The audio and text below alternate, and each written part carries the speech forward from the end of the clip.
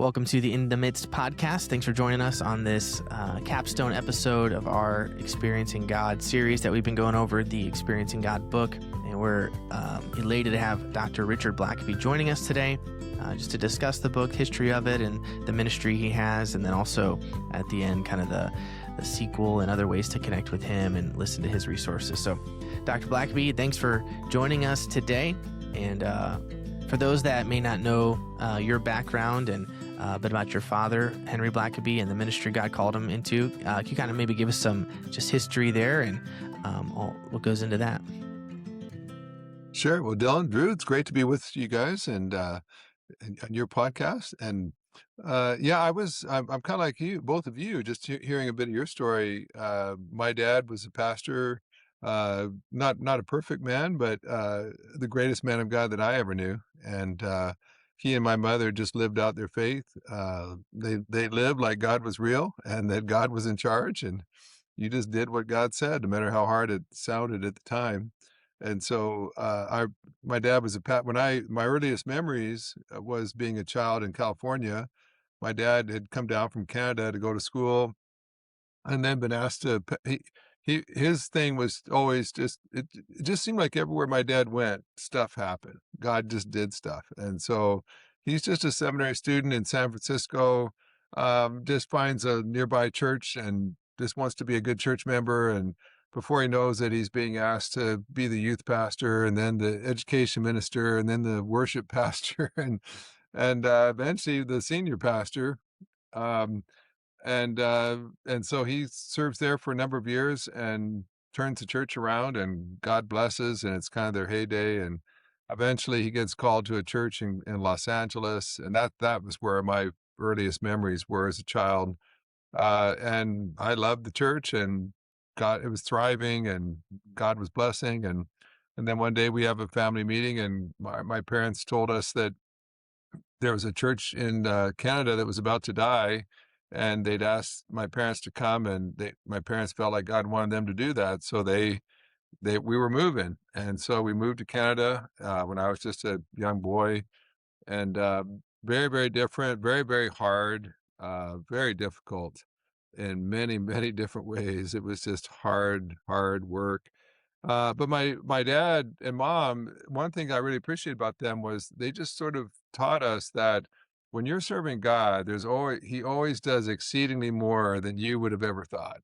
And so just no matter what you're doing, if you're going to a church with only 10 people left that's about to die, just know that God's going to do more than just save the church's life. There's a lot of churches, a lot of ministries, they're just trying to hang on, they're just trying to survive till next year.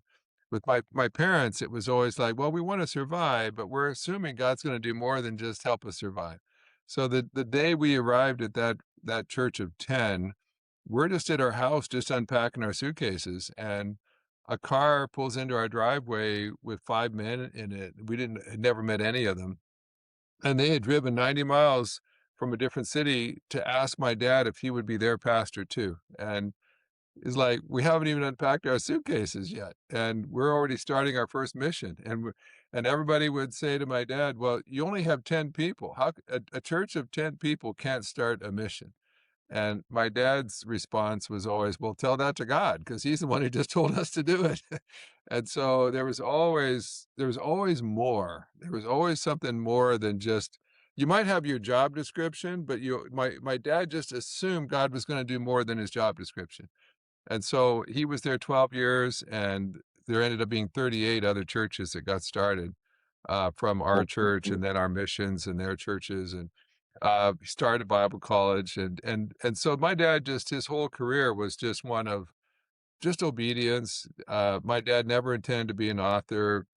Really it took an act of God for him to ever write the book Experiencing God, because he was just too busy, didn't see himself. He didn't want to be an author, didn't want take the time, wasn't trying to be anything that he wasn't, or author or anything else. But I think God just entrusted my dad with a message, and the message came out of his real life. Like it wasn't theory. He wasn't sitting in an ivory tower or just doing a lot of Greek work in the New Testament and coming up with a theory. It's what God did. It's how God had guided them, and God had always come through every solitary time and always done far more than my dad could have ever imagined, and so he just wrote about that, and then that just swept my dad up into the stratosphere, and he was in just huge demand, all around the world. And for years, my dad was just by far and away the busiest man I'd ever known. I would try to just hang out with him. I remember one time my dad was speaking in 4 different cities just back to back, just flew from one venue to the next event, the next event. And I think I joined him at about event number 3. So he'd already spoken 2 places, and then he was arriving, and I was only going to be with him for the 3rd event. And just trying to hang out with him, I got sick. I came down with a serious cold, and I was coughing and wheezing for 3 weeks after that. He went on to a 4th venue after that one and, just kept on going. And so, I don't know how just by the power of God, I think, but, so he started the ministry that I lead today, and basically we just go around the world and write and speak and help people to know how to experience God. And so, now actually, I've got 3 kids, and all 3 of my 2 of my kids work for our ministry, and my oldest son is a pastor, and he's written and, speaks with me, so I get to my dad, his 3 oldest grandkids now are all serving his God, and carrying on the legacy.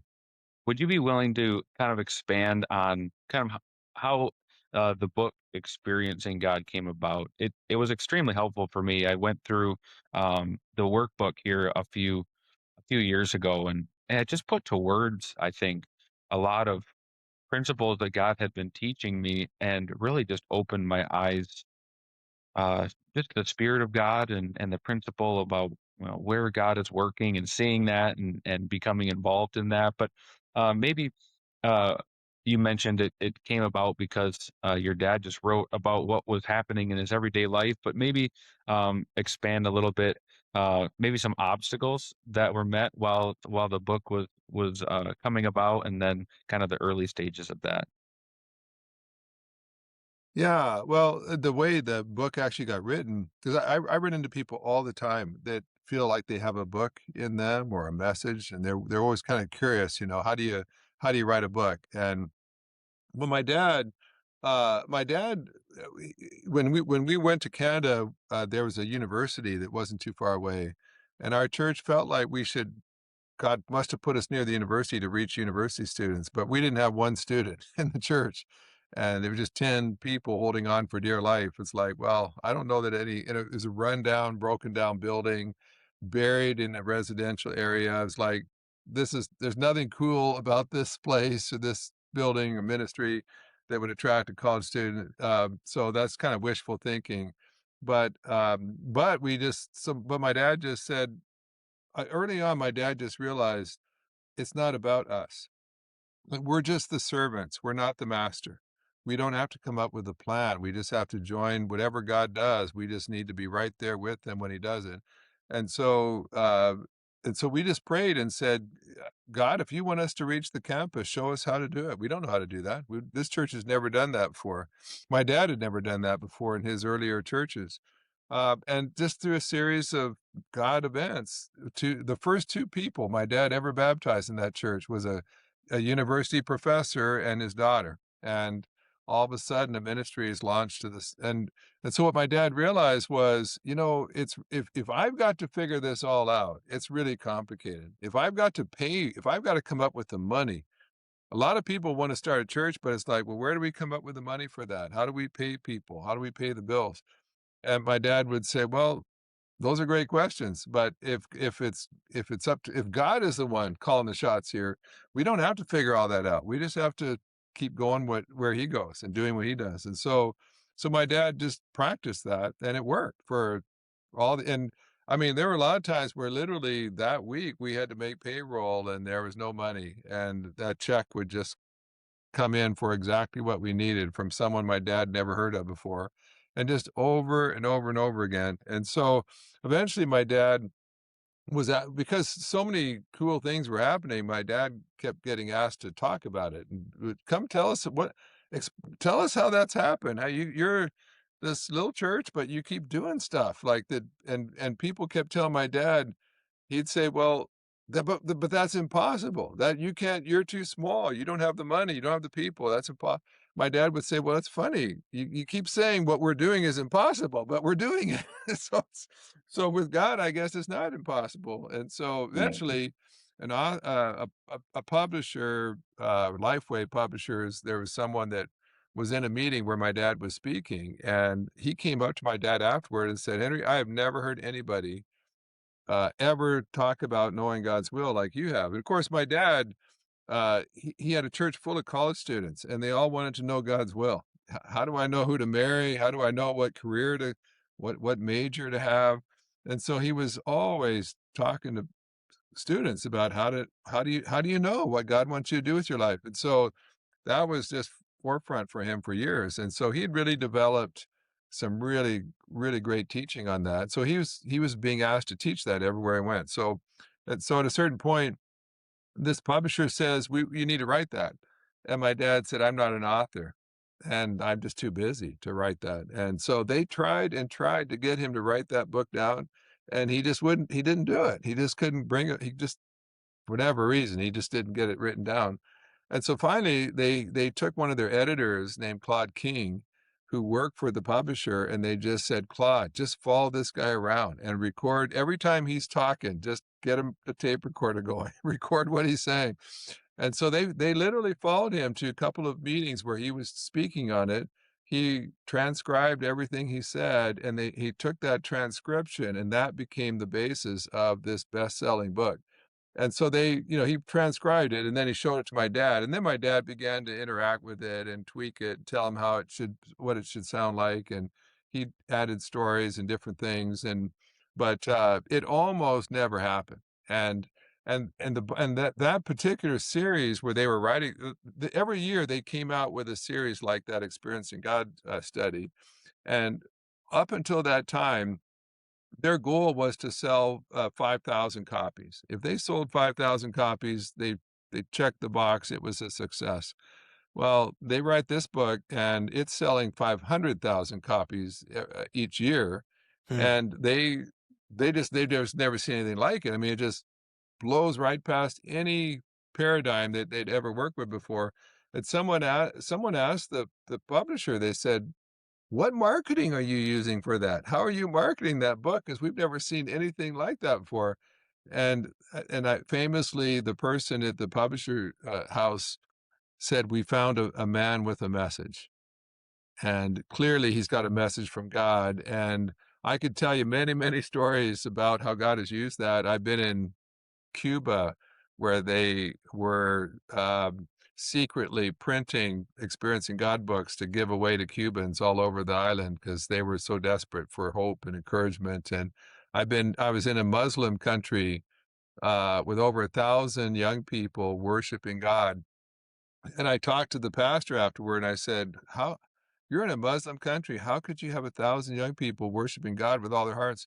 He said, "Years ago, I went through Experiencing God, and God told me I should quit my job and just start a church." And so he said, "I had one woman willing to be a part of my church, so along with my wife." So he said, so there was a woman and me and my wife, three of us. And the first thing we did is we went through Experiencing God as the three of us. And then he pointed to the 1,000 people all around in that auditorium. He said, "And this is the result." And I just, story after story after story. So, but I mean, it's something that almost never happened. I think it's because my dad wasn't trying to be an author, he wasn't trying to be famous, wasn't trying to make money. He, he was just trying to be obedient, it's when God does the work, it doesn't mean that you don't stay very, very busy, and my dad was always very busy and wasn't looking for more work to do, but but opportunities just kept coming his way, and so it's a marvelous story, and a lot of people don't realize that, and actually my dad, the way they used to do things with that, because those books never sold very many copies back then, and so he didn't even make a royalty on those books. They paid him like $2,500 to write Experiencing God.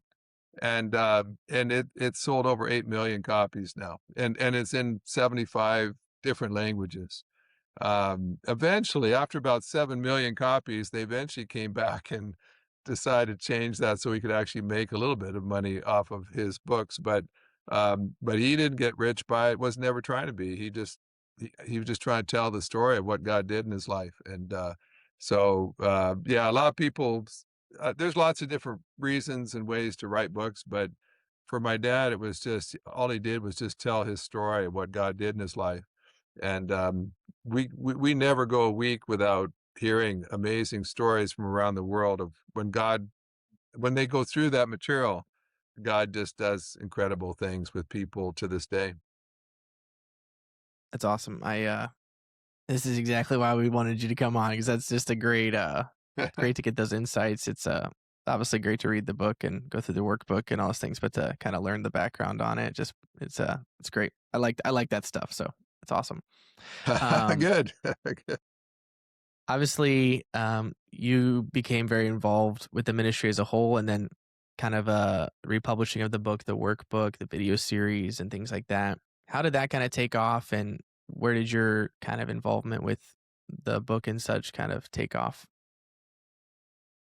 Yeah, well, when Dad was writing that book originally, I was enlisted to be kind of a field editor because I'm a historian. I have a PhD in church history, and so I grew up around all of that, and so Claude King was kind of putting a lot of the stuff on paper, and he would send it all to me to go over and kind of give feedback on the stories my dad had told, and just my take on things. And so I was involved in the initial writing of it as far as an editor goes. And then about 15 years or so later, they just felt like they needed to do a major kind of edit, just not really rewrite it so much as clean it up, because it was so poorly really written initially, and so poorly edited in a lot of ways that, because it was taken as a transcript, and you guys know what Hmm. that's like. If you're speaking, and my dad never used spoke from a manuscript. He just had some few little notes on a notepad. So when you get in front of an audience, you're just grabbing the first words that come to mind. And so you may use the same word, or, if you're writing it, you can look at your paragraph and think, well, I just used that word 3 times. I better use a different word this time. When you're speaking in front of a live audience, you're just grabbing whatever word comes to mind. So 15 years later, when I started, they said, Richard, would you go through this and edit it? And so I just got a new workbook, and I sat there on page one and just went line by line, just trying to clean it up. And I was appalled at like, some of it was just so poorly written, like the same words used over. Sometimes it was the wrong word. There was one sentence I still remember. I could not for the life of me figure out what Dad was saying. I was pretty sure that the transcript just wasn't correct. They just put down the wrong word, because I mean, no one knew my dad's material better than I did, and I had no idea what this sent. It was gibberish. It had sold 7 million copies. And it was just j and there was it was just so poorly written that I just bled all over it. And I didn't change the basics, the teaching or anything. I just cleaned up and put in a few synonyms and tightened up some wordy stuff, and updated a couple stories. But I remember going home one day to my wife, and I just said, "Lisa, like, I can't believe how poorly edited this was. Like, this was just not written very well." Um, but I said, "But if there's no question that God has used this, it's clearly, it's not selling because it's brilliantly written. It's selling because there's a message that changes lives in here." And so I did that. I did the kind of rewrite of that, and at the same time, they decided to make some new videos. Originally, they just brought in a cameraman or two kind of spontaneously and just recorded my dad teaching it. And it was very haphazard. There wasn't much of an outline. And it was very popular for 15 years. But so then the next time they took me and my dad into a professional studio in Nashville and filmed it very professionally. And so they used those for the next 15 years or so. And then it got to the point where they wanted to do an update once again, and but my dad was just my dad started to have some onset of dementia and a few things, and just couldn't teach like he had. One of the hardest things in all the world that I had to go through was watching this spiritual giant, just becoming a frail old man. And that was very, very hard to watch. And so we brought in my oldest son, Mike. And so he and I made the videos for the third round. So there's been three versions of experiencing God: the original, then the one I did with my dad, and then the one I did with my son. And so that's what's available now. The first video was on VHS tapes, and then the next one was on DVDs, and then now it's all digital download kind of thing. But Mm-hmm. um, and so yeah, so I've very much been involved throughout the process of it, and I got to speak with my dad around the world. No one spoke with my dad more than I did, or wrote with my dad more than I did.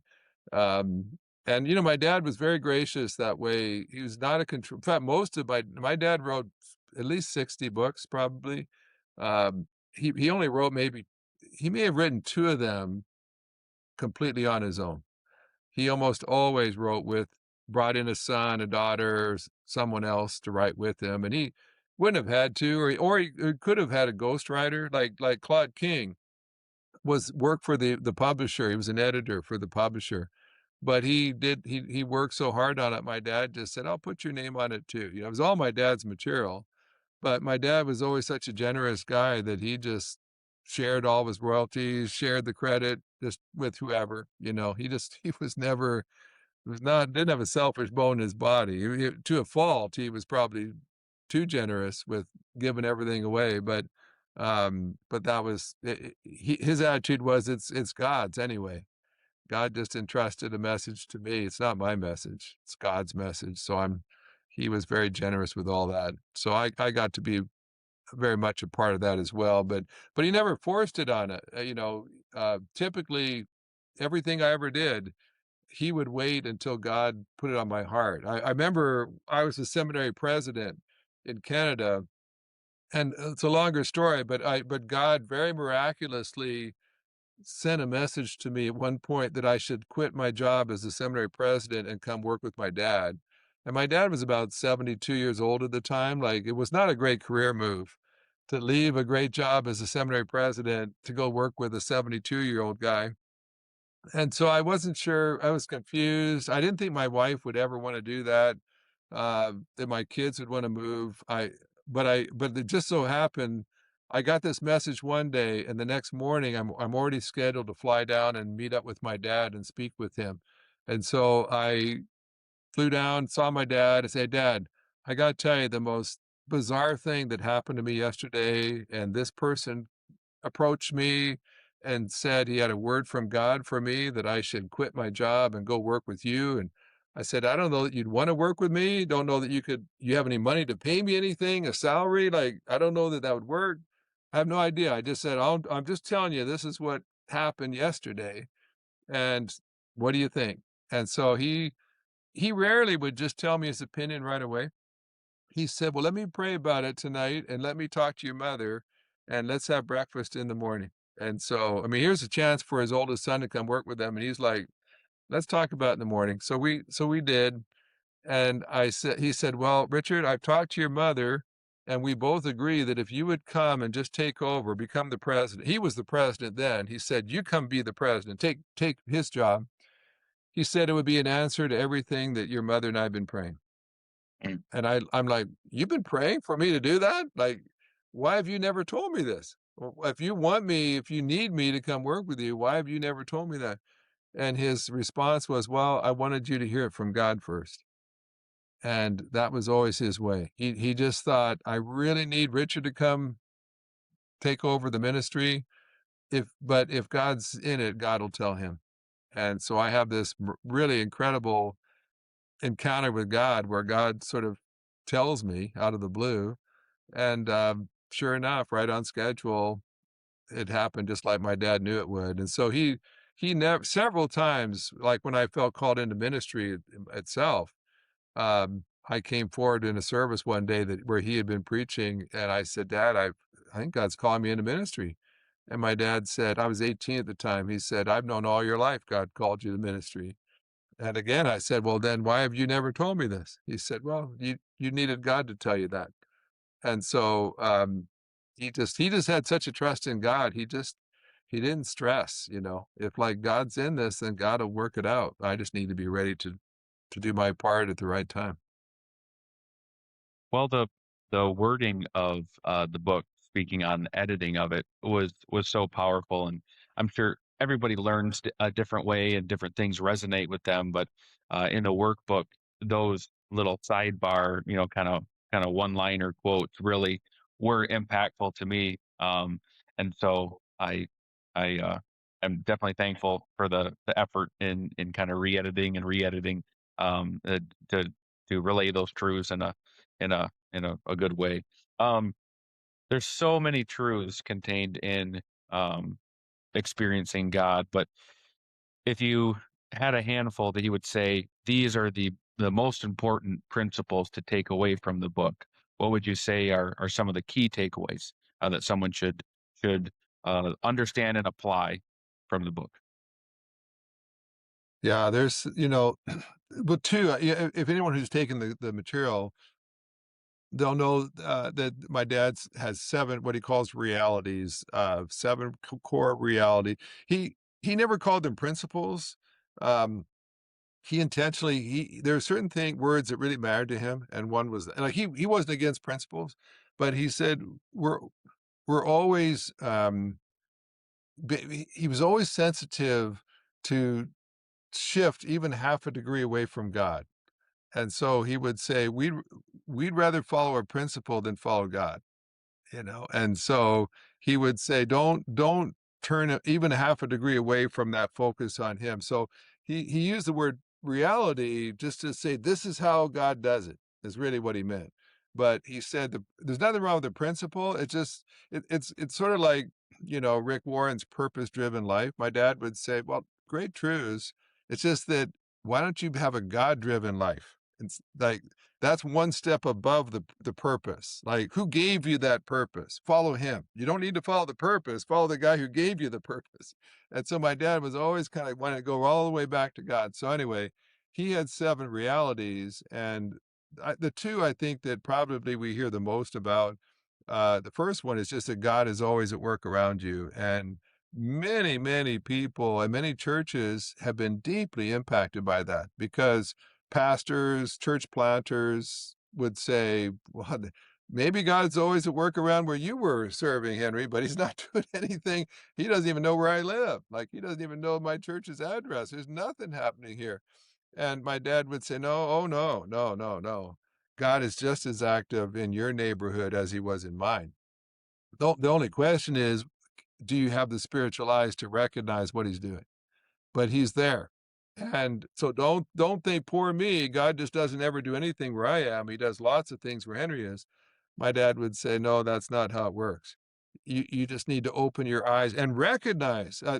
And what a lot of people discovered is God had been working all around. They just hadn't recognized that that was God. They just thought that was someone, a person, or that was a coincidence or whatever else. And my dad would say, the problem is you keep missing recognizing the activity of God. And my dad kept saying, God's people are disoriented to God. That God could be working right under their nose, but they don't recognize that that was God.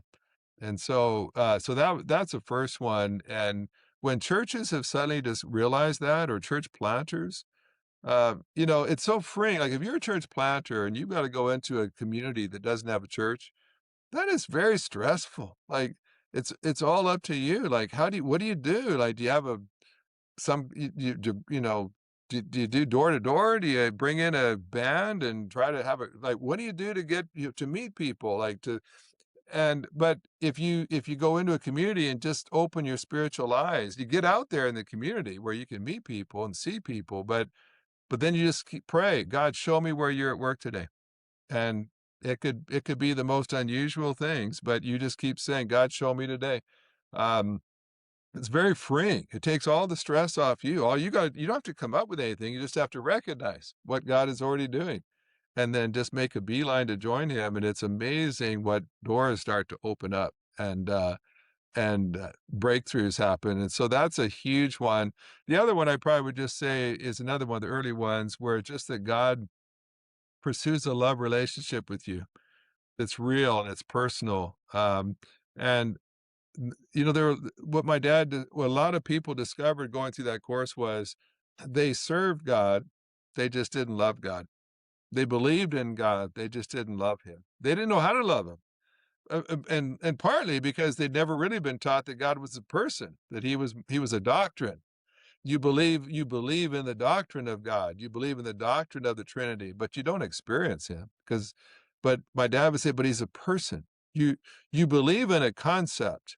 You believe in a doctrine, but you love a person, and he's a person. And that person actually has been pursuing you. And again, a lot of people just hadn't recognized and all of a sudden their eyes were open and they realized, you know what? God's been pursuing me my whole life. I can think of so many instances where I should have just wandered away, but God put this person in my path or gave me a Christian boss or put a Christian neighbor next to me that just helped me not go too far, and Christian fellow student in university, whatever. And they begin to realize God's been pursuing me my whole life. He loves me that much. And it's just been profound. And so, again, my dad, when he wrote that book, there were people that really wanted him to call it basically knowing God. And my dad just said, no, there's just a lot of people that know about God, but they've never experienced him. You can know about a concept, but you experience a person. And he drew the line. He said, I don't want to fill people's heads with knowledge about God. I want them to actually experience him as a person. And so there were certain things that he was just adamant about. And it's interesting because I remember when the book was being written, that there were certain things he said, I don't want to just produce another course. I don't want to just produce another Bible study. I want to produce something that literally helps people experience God. And he did. And we keep hearing those stories ever since.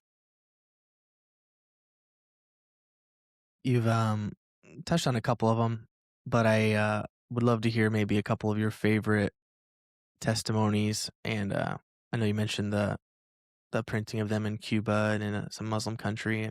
But what are a couple of your favorite kind of testimonies from people who have gone through experiencing God and the impact it's had? Yeah, there's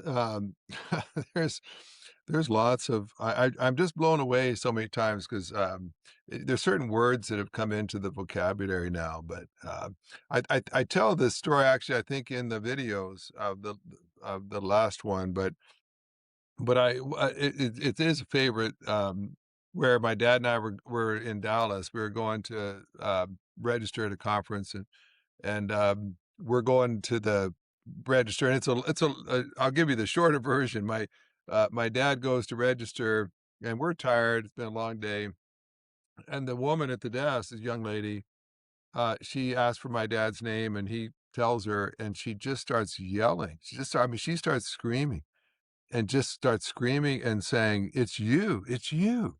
And she's bawling, like just tears are just gushing down her face. And we're just, what on earth? And she tells us her story. And she had been abused as a child by her father and had no self-worth at all, felt horrible, battled depression as a child and teenager, got to college and was just overcome with suicidal thought, just felt so absolutely worthless, thought if her father could think so little of her, she must be a worthless person. And so all she's trying to do is just get the courage up to take her life. And finally, one day she set a date, a time, a method. She's going to jump off a bridge into a river near the campus. She's going to do it over the lunch hour. It's lunchtime. She's walking to the bridge, walks through a green space in the university, is almost through the green space, and hears her name being called. Someone's hollering her name. And she spent her whole life trying to get the courage to take her life. And now she's does not want to be deterred. So she's walking as fast as she can, trying to escape this person's voice. But whoever is calling her is obviously running because she's gaining on her. And finally, this woman comes up from behind, grabs her arm, says, "I've been looking all over for you." And this woman just says, "Well, what do you want?" And her friend says, We got this new Bible study that we've been doing, and it's amazing. And I this morning I was having my quiet time, and God told me I have to bring you with me today. That you need to come." And this girl said, "Well, I've got plans today. I can't do it." And this woman won't let her go. Like she's literally holding her arm, saying, I can't go till you come with me. I'm not leaving unless you come with me." And finally, just to kind of end that, the girl decides, she decides, well, I'll go to the Bible study and then I'll kill myself. And so she walks with this friend into the Bible study. It's experiencing God. And that week they're studying the reality that God pursues a love relationship with you. And as she's telling us this, she's saying, it was like my eyes were just open for the first time. And I realized I had a father in heaven who did love me, and he'd been pursuing me my whole life. And even on the day that I'm planning to kill myself, that heavenly father had awakened some other Christian and said, if you have to run all over this campus, you find that girl and you get her into that study today. She walks in and the whole study is about there's a God in heaven who's a father who loves you. And she just wept and said, I found Christ that day. I found a father who loves me. And she said, I prayed. She said, I told God, this material has changed my life. She said, if I would just love, if I ever get a chance to meet Henry Blackaby, she said, I want to tell him that his material saved my life. And the interesting thing was that day when we got there were like 6 registration tables. And I had actually, line 2 was the shortest line of the 6, and so I tried to get my dad into the shortest line, and my dad never ca my dad was the least controlling person you ever met. He could not care, what line he was in, what he did. He just, "Tell me where you want me to be, son." And the only time, literally the only time he ever did this was that day. I said, "Dad, let's get in line 2. Looks like it's moving the fastest." My dad looked at line 2, and he looked at line 3, and he said, "I think I'm gonna get in line 3." And I'm like, "Dad, it's already been a long day. Don't get in a slow line. Like, I just wanna get to my room." But "No, I'm gonna get in line 3." So I was actually in line 2. He was in line 3. He beat me. He got there faster than I did. And so when we hear this girl's story, I started to get all emotional. I said, "Well, let me tell you what happened today." I said, "When we got here," I said, "I told my dad to get in line 2. And I believe the Holy Spirit told my dad, 'No, today you've got a divine appointment in line 3. Disobey your son today. Get in line 3.'" And people have often said, with God's will, does it matter if you buy Crest toothpaste or Colgate? Does it matter if you go to, Popeye's chicken or Chick-fil-A chicken? Does it matter if you sit at that table, that table? Well, a lot of times it doesn't. But sometimes it does, and sometimes it literally matters to God which line you get in. And on that day, if he hadn't been in line 3, we would have been one booth away from this girl, and she would never have met my dad.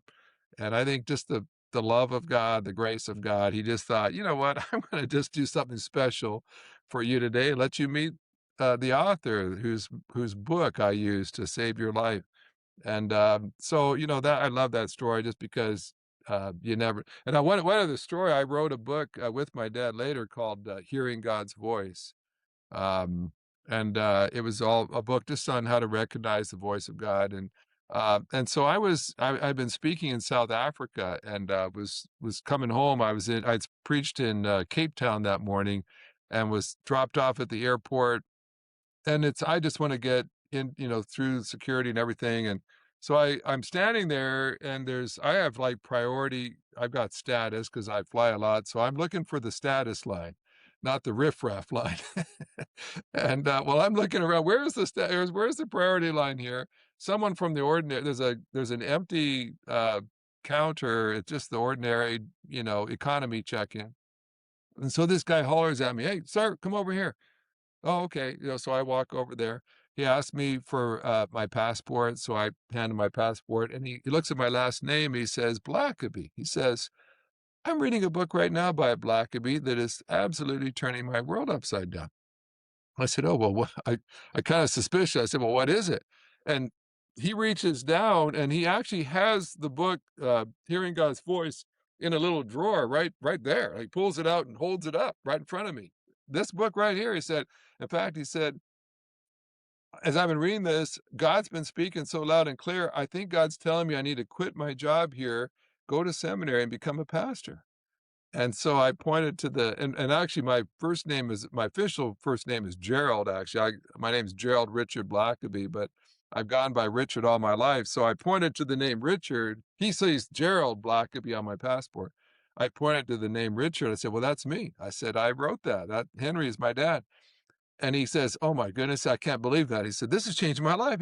It's pretty quiet Sunday afternoon there. He turns to the other ticket agents. He says, "Hey, everyone, you know that book I told you about that's changing my life?" He said, "This guy wrote it right here." So we're at Cape Town, South Africa. This guy's having a career change because he read a book that we wrote. And so, it's just fun. It's fun to see where God does stuff like that. And the power of just truth, the power if you can just help people hear from God, you let God do what he's going to do. But God is very comfortable with changing people's lives if you can just bring him in contact so someone can hear what God has to say to them. Man. I know that your group, the all the Blackabys, you've written a lot of books. I've read quite a few. I have a lot more on my shelf that I'm excited to read. Even this year, for my 2026 reading list, I have Fresh Encounter, which I'm very excited about, experiencing the resurrection. But a book that I read last year was Experiencing Prayer with Jesus, and as impactful as experiencing God was, I think just helping me see some of those principles about where God's working and the love relationship, experiencing prayer with Jesus was incredible. But that being said, what are you reading and studying right now, and what are some of the books that the Blackabys have written that you would highly recommend? Of course, all of them, but if you had to pick, maybe if you could only hand somebody 3 books, what would those be? Yeah, well, if they were a leader, I would hand them spiritual leadership. That's my dad and I wrote that about 20 years ago, but it was basically everything that we had read and thought and studied about being a leader. And it's still that still book is still used as a textbook in all kinds of seminaries and Bible colleges. And so that's a message I've shared a lot. Just how to there's a difference between being a secular leader and being a spiritual leader. And just because you're a Christian doesn't mean you're a spiritual leader. There's a lot of Christians who lead in a secular way. And so that would certainly be one. And one I wrote a year or so ago, it's called it was kind of based on a book my dad had written earlier called The Ways of God. And as I studied that, I just really realized with God, what you do matters, but how you do it matters just as much. And the truth is, you can do the right thing, but do it the wrong way. And I see that a lot. There's a lot of churches trying to do God's work the world's way, and then they wonder why God's not blessing. And so, what I realize is I need to be if I'm going to be a leader, I need to be a student in the ways of God, because God says His ways are not our ways, His thoughts are not our thoughts. My dad used to say if he had a plan and the plan made perfect sense to him, then he was pretty sure it hadn't come from God. Because he said, because it just seems too much like what I would have come up with. And my ways are not God's ways. And so he didn't trust it if it didn't make him uncomfortable and didn't seem a little confusing in some ways. And so, yeah, so I wrote that about a year or two ago, just to say God's people are not familiar with the ways of God. We assume because we're a Christian or because we've gone to church all of our life, we know God's ways, but we don't. And you see it all the time. God's people fighting and arguing and worried about power and control and influence. And you'd say, that's not Jesus's ways. You're behaving the world's way right now. And And the church is supposed to do things in a different way than the world does. That's how you know that it's just not more of the world. The church ought to baffle people because it just doesn't operate the way the world does. But too often we do operate exactly like the world does. And then we wonder why we're not getting more miraculous results. And so the ways of God would also be but I might just say the hearing God's voice would also be one, just because of all the things that in experiencing God that we got response from. It was the area of hearing, recognizing God when he's communicating with you, and all kinds of Christians would say, I've gone to church 40 years. I've never been taught how to recognize when God was trying to guide me.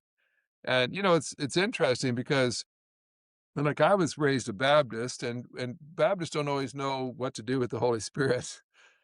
We believe in the Holy Spirit. We believe that when you get born again, that the Spirit of God enters you. It's just that He sits in the back seat and keeps His mouth shut. We'd be mortified if the Spirit actually communicated with us in some way. We're taught He doesn't do that, and that always intrigued my dad. He would say, "Well, all through the Bible, God is speaking." And the Bible is the only handbook we have on how to live the Christian life. Why is it that we're so afraid now that God might actually communicate with us today? And of course, and people will say, well, there's abuses.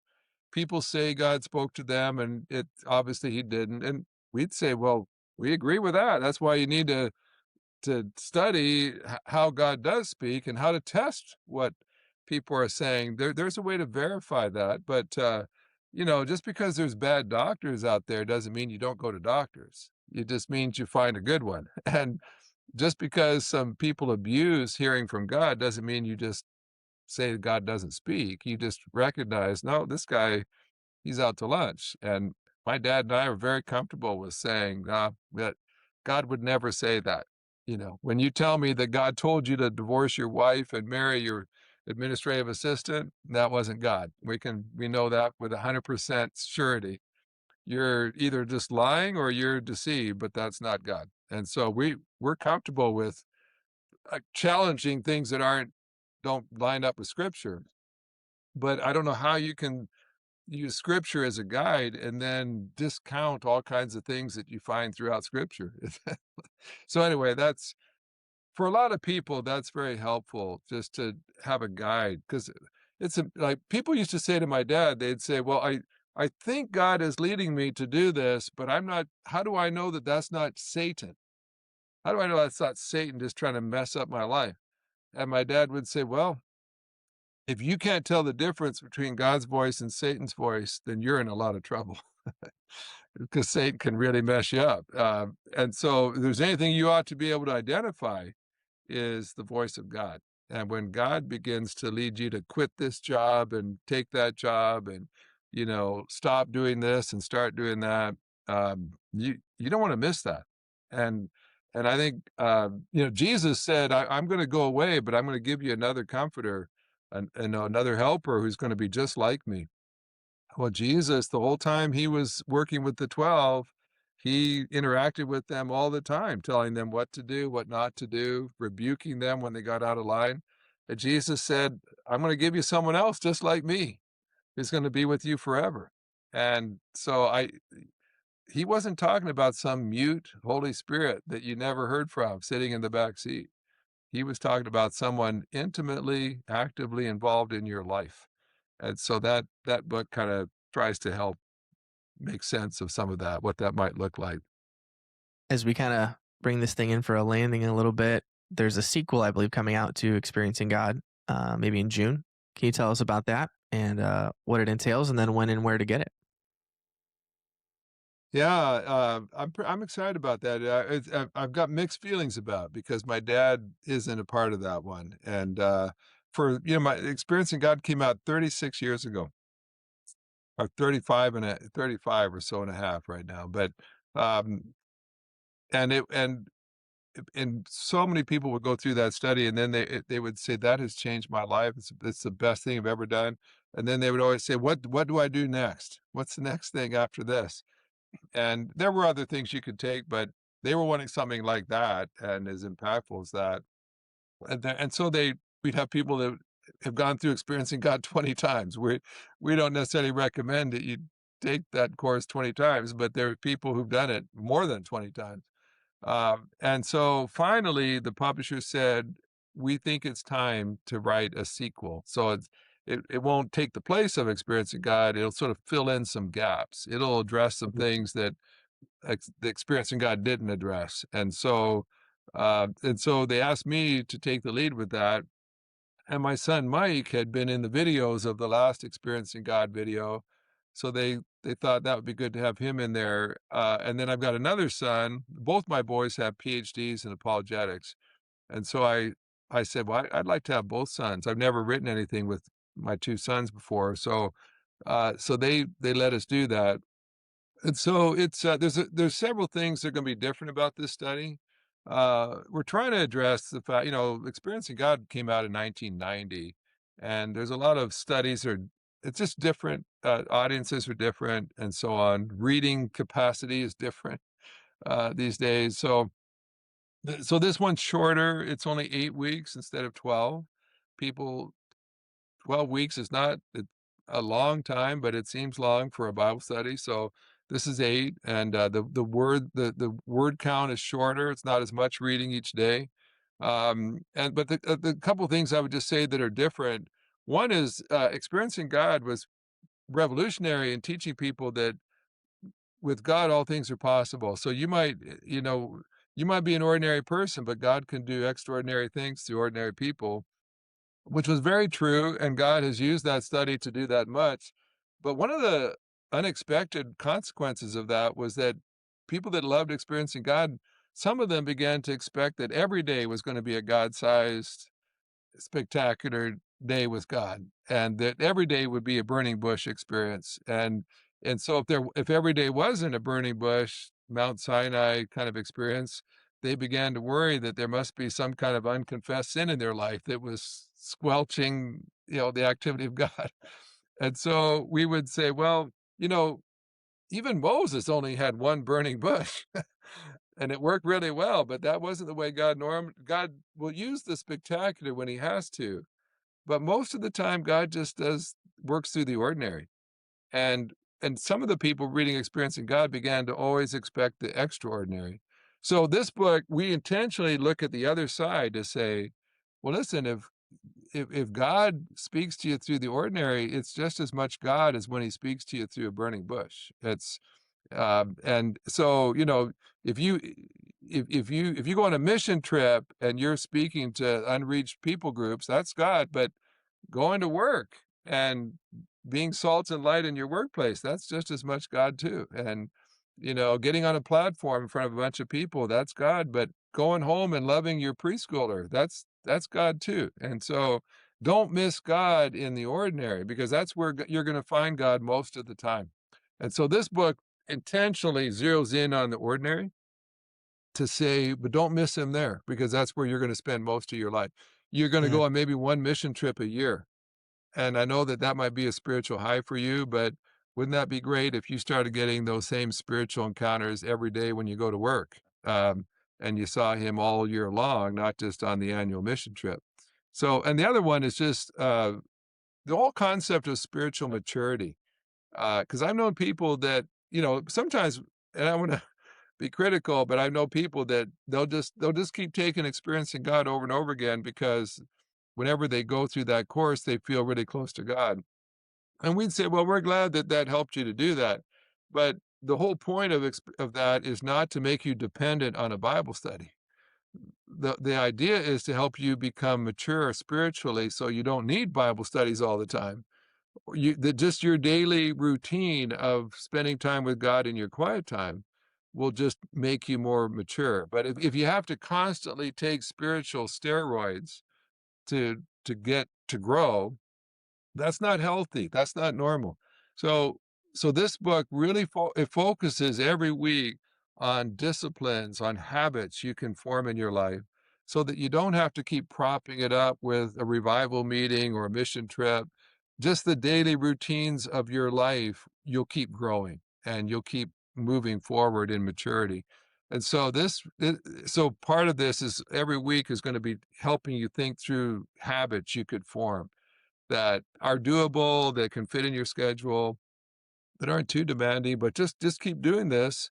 And a year from now, you're going to have moved way down the road to spiritual maturity without ever having done anything spectacular. And so there's several things like that it's not like it's contradicting experiencing God. It's sort of filling in the gaps. And so and then with the videos, Mike and I do the main teaching, but then my son Daniel sort of uh, directs a lot of that and works with us in the discussions. And so just seeing my dad's oldest child and then his oldest two grandchildren continuing to teach the material is to me was very meaningful to be a part of that with them. So it's supposed to be released June 1st. Lifeway produces that, so at some point you'll be able to get on Amazon or from Lifeway or anywhere you can get Christian materials. It'll come out, but June 1st, or June 1st or 2nd, but beginning of June. And it'll be 36 years almost since the original came out. And so we're quite excited to see it'll be different, it'll be shorter, it's a similar kind of format for the most part, but condensed a bit, easier to manage and read.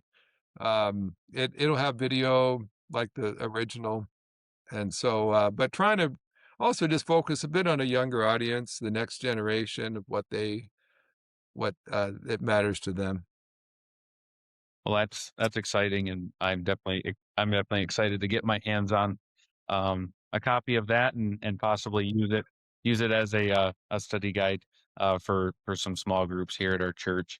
I have very much enjoyed this time. Again, I appreciate your time. I have one final question for you, if that's all right, and then I'll kick it over to Dillon and let him wrap it up. But when I remember the very first day that I did experiencing God, a friend had recommended it to me. It came in the mail, and I was sitting on the couch. I was a new pastor. I'd been a pastor for maybe a year, and um, I I did the first day, first lesson. I went to bed, and I experienced some really tangible um, opposition from Satan to do that book, and I just wanted to get your thoughts as to, and I knew that was likely a tell that this was something that I was supposed to do, and the enemy was not pleased with it at all, and I dove into it head on, and I'm so thankful for what it taught and led me to Christ, Christ-centeredness. But what have you heard testimonies like that from just people saying, hey, that there were so many things that were trying to keep me from experiencing God, and what would you say to those people as a word of encouragement? Yeah, I think that we are very much in a spiritual battle, and Satan doesn't care if you want to stay lukewarm and on the fence.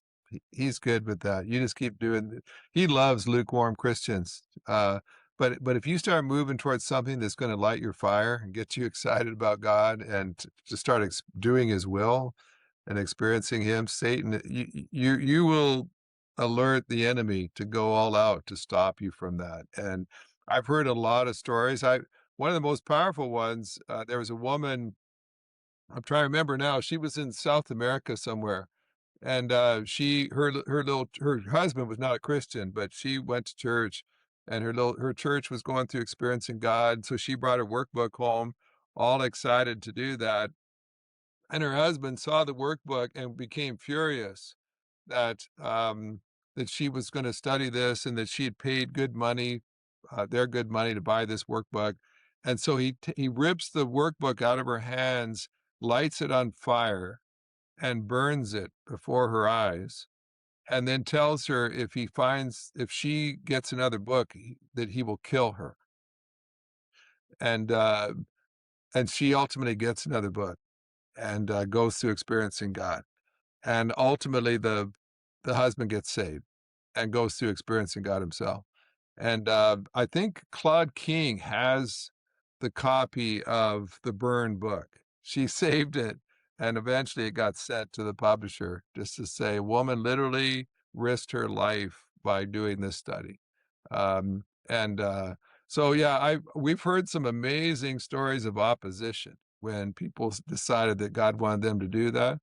And it just because it so awakens people's relationship with God and their desire to do His will, and that just infuriates Satan. It just really does. So don't be surprised if you start to get serious about God that spiritual opposition will come. I mean, I'm kind of curious about your experience. That's interesting that God would do. Of course, if you're a pastor and you get on fire for God, it's not going to just be your fire before long.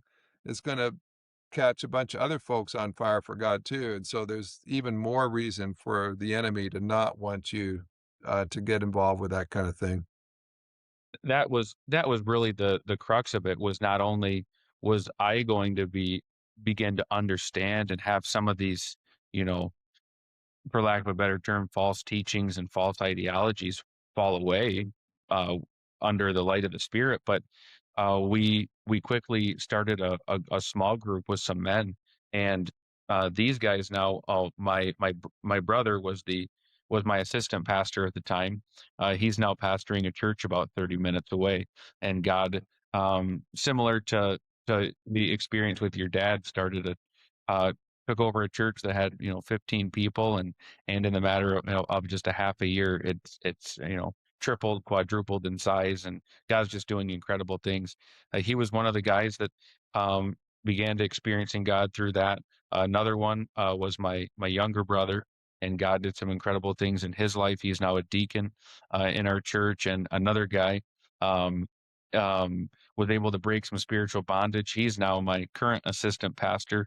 But all these guys were going to be affected by it in a short amount of time, and so it makes sense with the luxury of hindsight to be able to look back and say Satan was really going to kind of throw everything at me and try to discourage me or say, well, this is spooky, maybe this isn't the right thing, and keep me from understanding the truths that were held in it. Yeah. And that, Satan is very smart. He's very evil, but he's very smart, and he recognizes where the danger is. And a group of people that get on fire and they start experiencing God and doing God's will, that shakes his very foundations of his kingdom. And so I've kind of learned that I mean, I want to be careful. I don't want to poke a hornet's nest unnecessarily. But I've just found that over and over again. When I begin to sense spiritual pushback, I'm curious to think, what does Satan know that I don't know? What is he afraid of? What is he afraid is going to happen? And it's funny because for years, especially in the '90s and the 2000s, especially, but I used to lead a seminary, and so I would talk to all the heads of all the various seminaries around the country, and also the various mission boards, so for international missions, home missions. And for years and years, they would tell me that whenever you applied to be a missionary, you applied to be a seminary student, you'd have to write your testimony in, like, why are you doing this? And they said for years they would say the number one thing we hear is people are saying, I was going through the course experiencing God, and while I was going through that, I felt God calling me to ministry or to whatever missions. And they said the number one single factor for people right now feeling called into ministry is going through experiencing God. So, Satan knows that, so it's like, as long as you just sit on the sidelines doing nothing, I don't care. But if you take that course, you might actually get serious about serving God. So I got to stop that. And so I love that when you can do something that alarms Satan. That means you're doing a good work. Dr. Blackaby, what's the best way for people to connect with your resources? And I know you got a couple podcasts and things like that. What's the best way for people to learn more of what you got? Yeah, you can. Well, our ministry website is blackaby.org, and that's got a bookstore with all the books we've ever done, lots of different materials. I have a podcast as well, just the Richard Blackaby Leadership Podcast. And I'm on social media and so on, but We just try to put truths out there that will encourage folks and help them. Our sort of mantra is we're just helping people experience God. We just don't be content with just being a church attender. God didn't, Christ didn't die on the cross so you could experience a church service. He wants you to experience Him. And so don't be content until you're actually experiencing God, not just a pastor's sermon, a Bible study, but the God of the Bible study, the God of the sermon. And so we try to produce materials just to help people do that. And we're always thrilled when we learn of podcasts and ministries like your guys. We're thrilled. My dad was very much a kingdom-minded person, and I spend most of my time now just working with all kinds of denominations and ministries, different kinds of churches. I could be in a different denomination every week. Um, that's just trying to share truth and trying to help people be set free. We love to see just the breadth of the kingdom of God and how God's using guys like you to be a blessing to so many. And so I pray God uses you both mightily, far beyond. I pray both of you are going to look around you at a certain point and say, this is what Richard was talking about, where God is just doing exceedingly abundantly more than we could have possibly imagined. Well, if you're looking for a good trove of dad jokes, go follow Brother Blackaby on Facebook. Won't be disappointed there. But I wanted to give a handful of just statement takeaways that I wrote down that I think were good from the episode. When you're serving God, He always does exceedingly more than you ever thought. Another one was God does great things with those who are obedient. I thought that was a great line. Another, you didn't say this explicitly, but a takeaway was for me was a wise man consults with his wife before he makes big decisions. So that was good wisdom there. I know I've made that mistake a time or two where I did not, and usually ends badly. But I don't recommend it. You can know about a concept, but you experience a person. That was good. And then you can do the right thing, but the wrong way. And then just towards the end here, Christ didn't die on the cross for you to experience a church service, but for you to experience Him. We truly appreciate your work in this book and this ministry as a whole, and you taking time over an hour to spend with us. Wish it was longer. I really appreciate the time, and really honored that you would take it to be with us. So thank you once again. All the links and everything. Yeah, everything we mentioned, books and podcasts, we'll put in the description. So thanks for joining us on this episode. We'll catch you on the next one. Thanks for spending this time with us today. We hope this conversation encouraged you and helps you follow Jesus with greater faithfulness in the midst of everyday life. If you enjoyed this episode, we'd love for you to subscribe to the podcast and leave a review. That's one of the simplest ways you can help others find the show. You can also find more resources, episodes, and updates at inthemidstpod.com. Thanks for listening. Until next time, keep following Jesus in the midst.